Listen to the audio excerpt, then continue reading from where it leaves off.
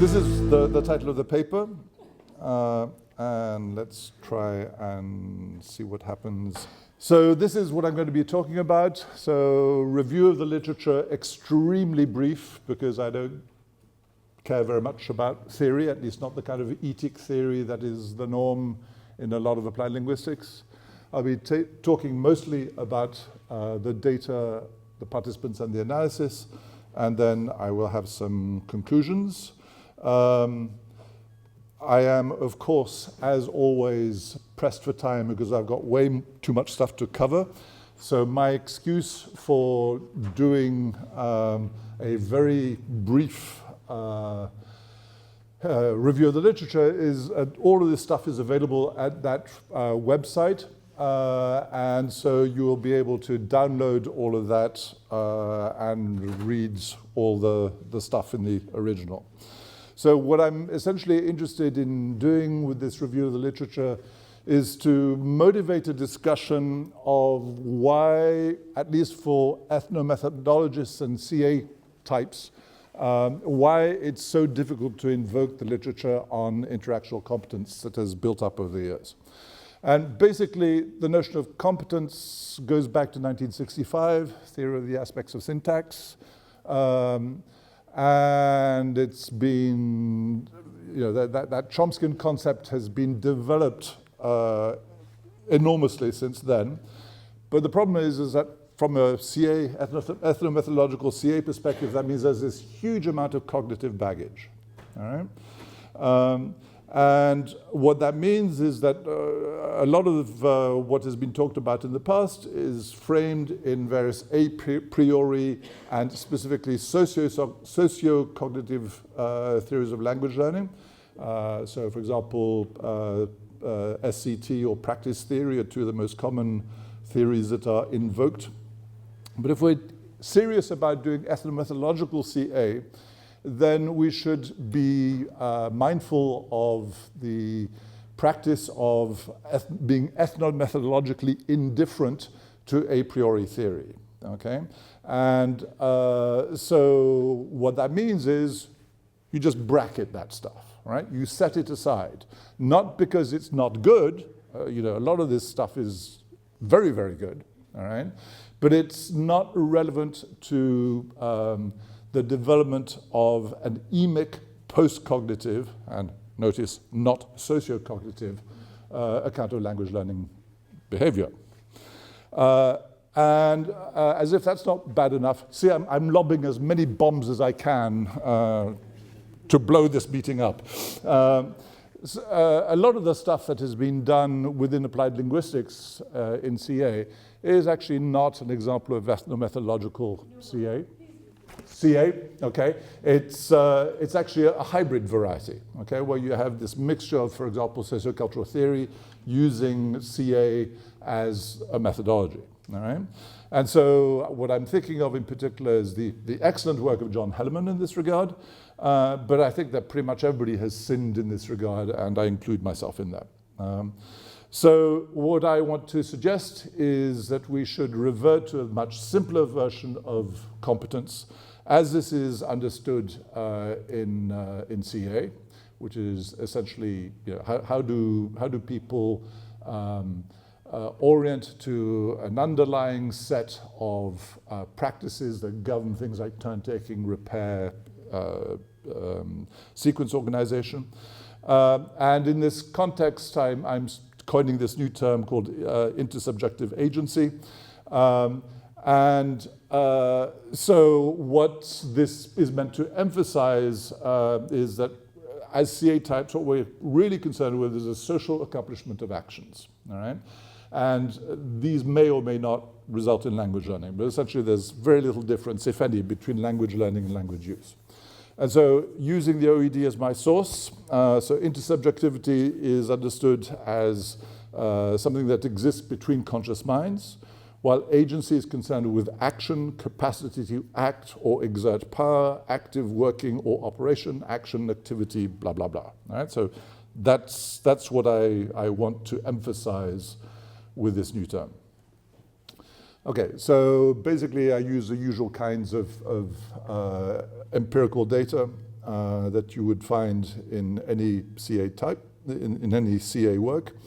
And I want to show how different levels of planning, which is essentially materials design and actual classroom interaction, how these interact, and how by putting students in the position of having to solve problems, you force them to deploy the intersubjective agency. So the paper is, we'll be seeing data from very advanced / native speakers of English to false beginners, okay? And the materials that I use are, it's the same materials, but with different specifications of expectations as to what they're supposed to be able to do. This is a course which I've taught for 27 years, twice a year. What you're going to be seeing is a demonstration class for Math-ESL students. And so what we're going to be looking at is false beginners, low, intermediate, and native speakers, but I'm going to be focusing on the lower levels because that's the more interesting stuff. I am the teacher in all the fragments analyzed here, and I also developed all the materials. So let me show you what these materials look like. So can you, sorry, this doesn't look very clear. Okay, so basically there's this picture, okay? And if you're familiar with task-based language teaching, the cognitive interactionist literature, this is an example of a one-way picture description task. And what you have here is a guy who's lying in a hospital bed on your right, sitting with a friend who's asking him what happened. And the guy in the bed is telling this moving story of how the day before is very stormy, he was driving too fast and he crashes into this tree. Okay, so that's the story, all right? And here's the lesson plan, all right? So what we have here, we've actually got 5 different tasks, but I'll only be talking about the first 2. So the first task is, it involves a focus on fluency and small group work. 40 minutes for doing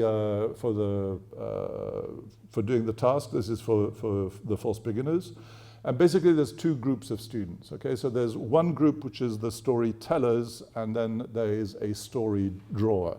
So, you know, for example, I might be the story drawer. I stand at the blackboard and you guys would tell me the story that is shown in that picture, and my job is to reproduce that story as accurately as I can based on your descriptions.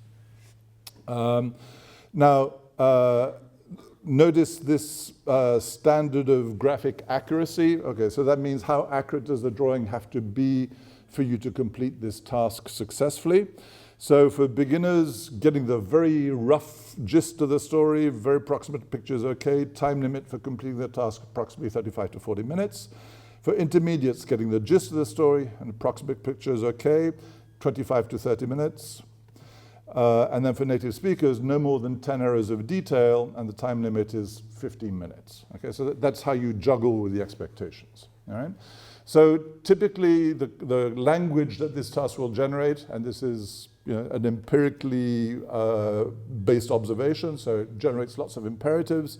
The language of spatial relationships, you know, where things are in relation to each other. The language of description with various tenses, figurative language, and repairs of different kinds, okay? And then the second task is the debriefing task, which involves a focus on accuracy. It's teacher-fronted and typically lasts 20 to 30 minutes. And so this is where the teacher goes back to what has happened in the first task and says, okay, you remember when you were trying to say X? Well, you used the wrong word, or the grammar came out wrong, or, you know, so that's where you pick up on the errors and essentially help the students to reflect on what's going on. So those are the 2 things that we'll be looking at. Okay, so moving right along to the analysis. So this is from a native speaker, very advanced class. And so what is happening here is that they are in the process of describing this part of the picture in the middle. okay? So the vase, all right? Okay, so if we look at this, oh, by the way, the person who is at the blackboard, the story drawer, is M, okay? And all the others are storytellers. And so what's going on here is that J is somebody Chinese from Hong Kong. And so the way that she pronounces the word vase is vase, the British pronunciation. So in line 22, you can see that she uses this British pronunciation. M, who came from Honduras, if I remember, had learned American English, so she doesn't understand what J is saying. And so in line 25, J repeats vase. And then line 26, another member of J's group uses American pronunciation. Then S and two of her other three members of the group recycle the American pronunciation vase. In line 28, M accepts that, and that's how so what you have here is an example of so-called language learning behavior.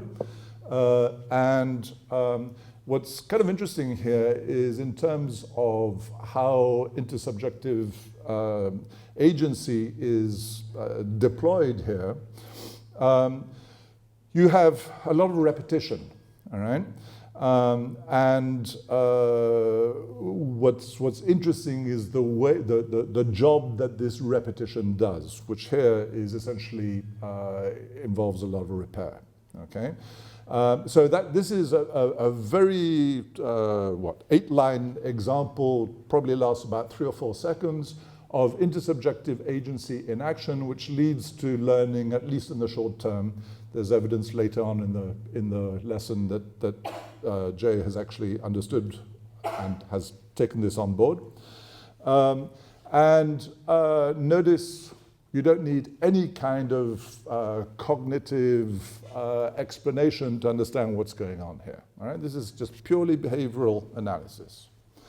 Okay, so this is an example of the kind of language learning behavior that happens not just in this advanced level class. This kind of stuff happens in all of the classes that I have. I've got about 5 or 6 recordings of this demonstration in action. And so this cuts across levels. You will find exactly the same kind of stuff going on with the beginners and all the way up through the native speakers. Okay, so now let's go to a intermediate / false beginners, more intermediate. And I'm going to show you the video. So you may or may not remember there were some crutches that were lying under the bed in the picture. And the reason why I stuck crutches in there was because I predicted that this would be a word that the lower level students in particular would be unlikely to know. So this puts them in, they have a problem to solve. How are we going to convey this idea of crutches if we don't know how to say it in English? All right? So here what we have is this lower intermediate class. And the woman that you see there is S, and she is the story drawer. Okay, what we have here is the first attempts, if you like, to convey this idea of a crutch. All right, and so if you look at the first 7 to 9 lines, you can see that W introduces the word crutch into the conversation. And at line 9, you see that S says, what is a crutch? So she doesn't know what this word is, okay? So even though W knows what this word is, S does not, so you have that information gap coming into operation. What is interesting is that if you look at frame grab 1, the first clue that you have that S does not know what this word is, she does this kind of gesture. Okay, so it looks like a wheelchair propulsion gesture, okay?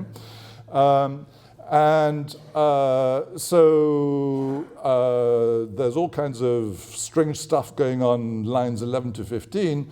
I have no idea what unto leg or reg means, and nobody else does either, judging from the laughter tokens.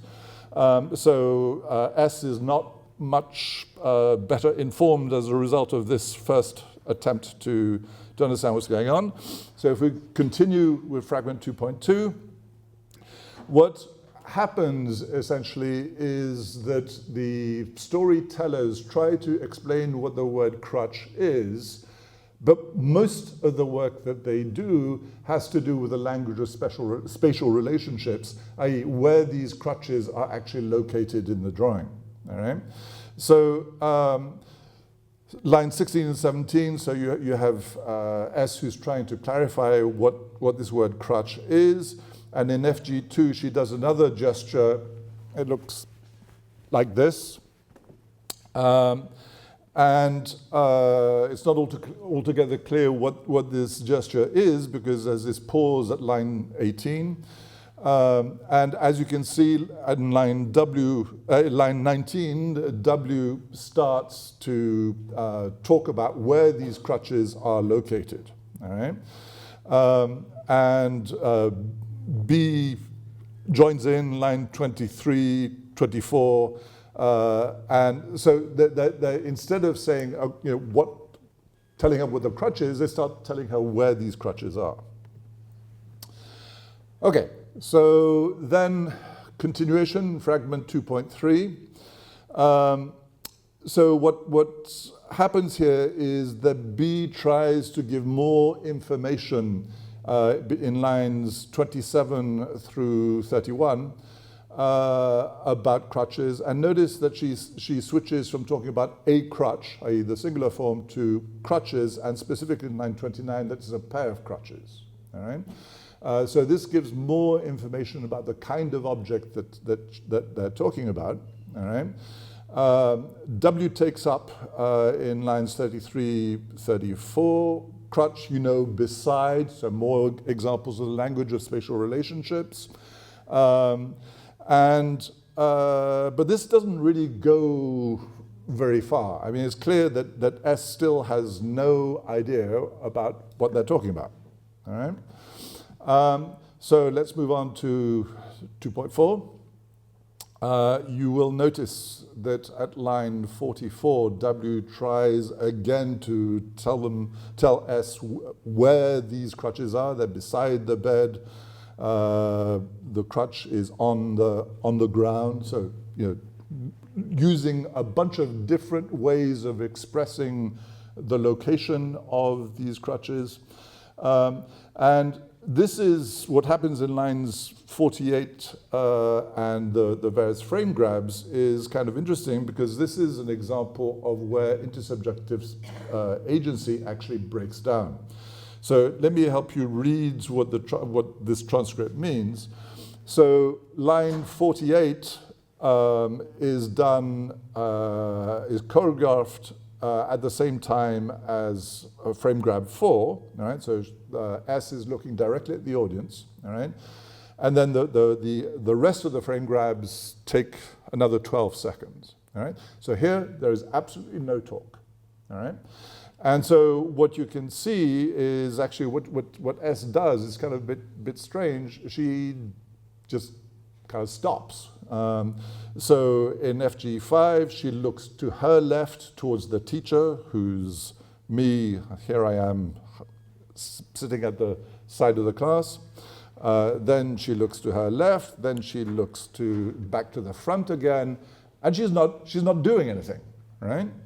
And so I should say that one characteristic of this demonstration lesson is that the role of the teacher is extremely non-interventionist, okay? So the teacher sets up the task, and then during the implementation of the task, the teacher is essentially sitting back in a corner here, taking notes and timekeeping, all right? So, the teacher is completely, pretty much out of the picture as much as possible. If you look at, so there's lines 49 and 50, you see these big long pauses, 4 seconds. And in frame grab 8, what's going on here is here, it's like very difficult to see, but what I'm actually doing is kind of ostentatiously looking at my watch, all right? And then 40 seconds later, I kind of wave to her, and then I tell her, you should draw what they have told you, okay? And so here in FG10, S turns back to the blackboard, and during the 6 second pause here in line 53, that's when she actually starts drawing, all right? But I had to explicitly tell her, hey, look, you got to draw this stuff, all right? So what we're seeing here is that in terms of intersubjective agency, you really can't separate the embodied actions from the talk. In some cases, when you have question-answer adjacency pairs, for example, one of those two pair parts might well involve some kind of embodied action, no talk at all right?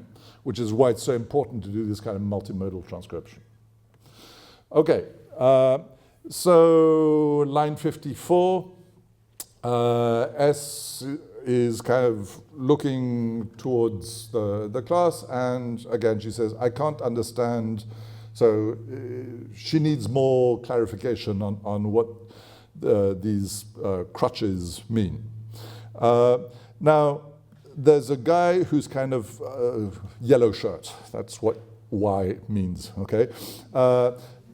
This is an example of where the embodied actions is really kind of important, because what he does is he does this big nod gesture. That's what these arrows are here.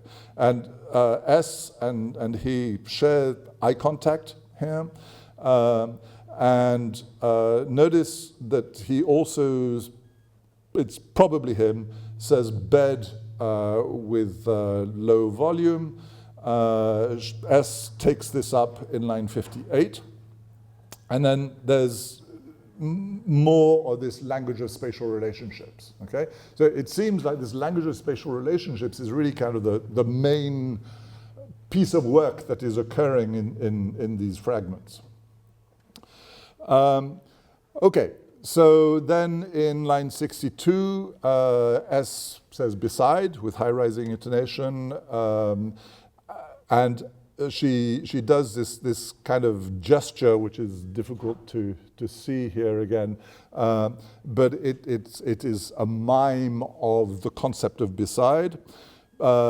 B takes this up, and you will notice that in frame grabs 15 and 16, B and W, I guess, both do an embodied mime of what beside means, all right? And then line 67, S takes up on the floor, all right? And again, this iconic gesture.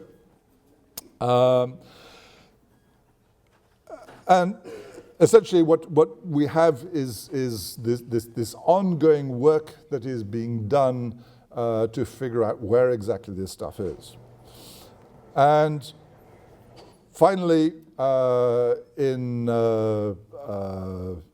this last fragment, what we have is the teacher, i.e. me, calls time, and that is the end of this group's turn at talk. Okay, so basically, does this interaction help to is it successful, all right? And it turns out, so this picture is actually taken from the debriefing phase, but what I want to show you here is that, again, you can't see this very well, but the arrow and the circle identify, yes, a nice pair of crutches under the bed, okay? So all of this work has somehow or other been successful in terms of getting the concept of crutches, all right? But how exactly this works is not at all clear. So what you have is this intersubjective agency being successfully deployed in this case, but it's in this particular fragment, it's impossible to pinpoint the moment when there's that aha moment, all right? Okay, so this is task 2, where, remember, I've been busy scribbling notes on interesting things that occurred during task 1. And what's nice about the data that I have, I've got about 5 or 6 videos at different levels over the years.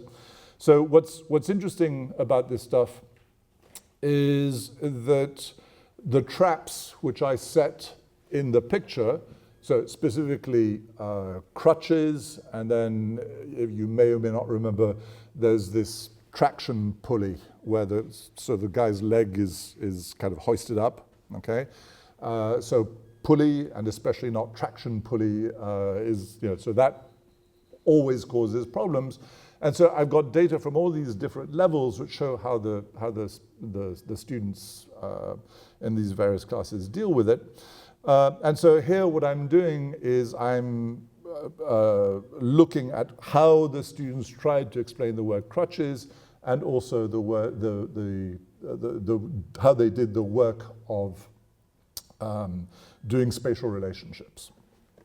And so there are, in future papers possibly, there are interesting possibilities for comparison about how these particular problems were resolved in each class. Okay, so what's interesting about this stuff, and I'm sorry that the video is not working. So what I want to stress is that intersubjective agency is not something that only the students do, teachers do it as well, okay? And so, for example, just to get one of my theoretical digs in, when people talk about interactional competence in the applied linguistics literature in CA, we always seem to be talking about the interactional competence of students, right? And specifically, we tend to mix up the social dimensions of competence with these kinds of developmental ideas, all right? And so one of the things that I want to make clear is that teachers have to be intersubjectively agentive also, all right? And so if you look at this, what is interesting about the delivery of this talk is that it's very slow, very deliberate, and if you look at, so let's highlight this, okay? So what you have here, this very deliberate talk, all right? Very heavily stressed words, which are, so where, are, crutches, okay? And if you notice, between the 0.8 of a second pause and the 0.6 second pause, this is a sentential TCU, right? And so these are bookended by these various pauses, all right? The delivery is slow. Let's see, have we got an example of this here? Now we'll see that a bit later, okay? So the way that the feedback is given is marked as being a very teacherly form of talk, which is designed through prosody, pausing, to really mark off the developing syntax, okay? Remember, for these particular guys, we're talking about false beginners here, all right? So that's why the teacher is doing that. And if we look at this second fragment, what is interesting about how this particular debriefing session happens is that the teacher, i.e. me, treats the issue of what crutches means as being a problem that has been solved, essentially, okay? And so I spend very, very little time on it. Okay, notice here we have the speeded up delivery, okay, this caret sign, another example of marking this as an essentially as an aside, as a problem that has been solved. So I say, okay, these things, and as I do that, I point to the blackboard. I'm staring very intently at the audience, and I've got this kind of smile on my face. And so all of these ways of delivering this kind of talk are essentially inviting the students to recognize, you guys did this, okay? We don't need to spend very much time on it, okay? And then notice that from line 13 on, okay, what we have here are more work on the language of spatial relationships, okay? And again, what is interesting about this is that there's a very heavy use of mime. So in FG21, as I say, on the ground, I do this kind of gesture. And then line 15, I need a table in order to do this. So I repeat this, but I do it with a audible deictic thump, all right? And then I switch to beside the ground, again, deictic gesture, beside the bed, another deictic gesture. So in line, okay, in frame grab 23, I'm pointing at the blackboard. Frame grab 24, I'm miming beside. And notice that the mimes are not particularly helpful in terms of disambiguating between on, under, next to, all that kind of stuff. But quite clearly, each one of these gestures is accompanied by these embodied actions. And then in line 20, this is where I start extending the language of spatial relationships, because I start using between the friend and the patient, and this is actually a new piece of language that had not been used by the students themselves, okay? So what I want to draw your attention to is that a major part of the way that the students deploy their intersubjective agency involves a process which I've called, in a paper with Sylvia, the language learning paper, where we talked about this idea of the way that turns are constructed involves a cannibalization and recycling process. So what that means is that as people engage in talk, the way that they construct their current turns often involves taking bits of talk that has occurred either from a preceding participant's turn, or they recycle some of their own previous talk, okay? And so this is, I think, a foundational account for how language learning behavior is organized, okay? So it involves a lot of repetition, but this repetition is done very artfully. It's not a behaviorist account of language learning at all. It's how you build up your turns on the basis of, you're standing on the shoulders of previous speakers. And so this is, I would claim, a fundamental aspect of how language learning behavior is constructed. Other people have noted the same kind of phenomenon, though they haven't necessarily used that particular kind of terminology.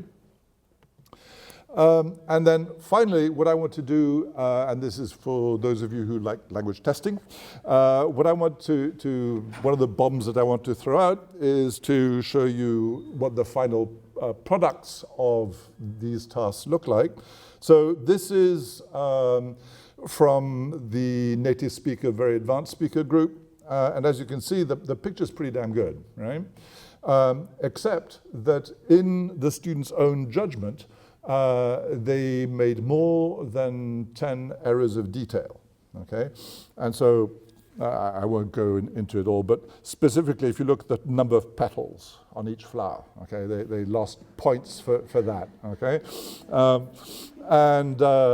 There's a number of other issues that didn't work out well, but notice here the dreaded crutches, here's the pulley, and so they've done pretty good, okay? For these native speakers slash advanced speakers, they did not actually meet the criteria, the pre-specified criterion for graphic accuracy. And these were the students themselves who came to that conclusion in the debrief session. This is from the lower intermediate group. And again, the picture's not particularly clear, but I mean, they've done a pretty good job, okay? The main thing that they've got wrong is, or what they don't have is the speech bubble, which connects what's going on in the hospital with the story on the rest of the blackboard, okay? But given that these guys are low intermediates who, in a regular traditional class, I bet you that these guys are been petrified and not uttered a word, right? So I think this is actually a pretty successful implementation of the task. And then this is the baby beginners. All right, thank you. And so what you have here is a split screen. So these are the storytellers, this is the story drawer. And this is right the last part of the turn before I call time on the entire task. And this guy, who's Indonesian, who has very low level language skills, essentially tells her you have to draw a speech bubble. But he doesn't know the word speech bubble, so he does this kind of speech bubble gesture. And somehow or other, this woman was a genius. She figured out what he meant. And so here, you can see that she's drawing the speech bubble. All right? So here these are the students with the least developed language skills who are actually the most successful in terms of doing this task, okay? So this is something that a bomb for you, Micheline. So if we are talking about, how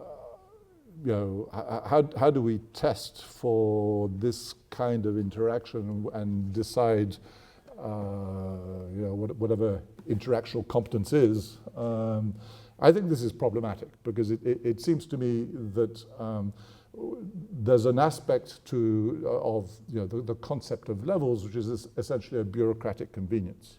All right. Now, obviously, it goes much beyond that. But if the most successful students are the least linguistically have the lowest level of language proficiency, how do we deal with that? Okay, and I think that people like me will need your help, Micheline, in terms of coming up with testing specifications which are absolutely comparable. Okay, so for example, for the advanced people said no more than 10 errors of detail, is that comparable to, say, getting the gist of the story? Clearly not. So, I mean, we would need help with those kinds of concepts.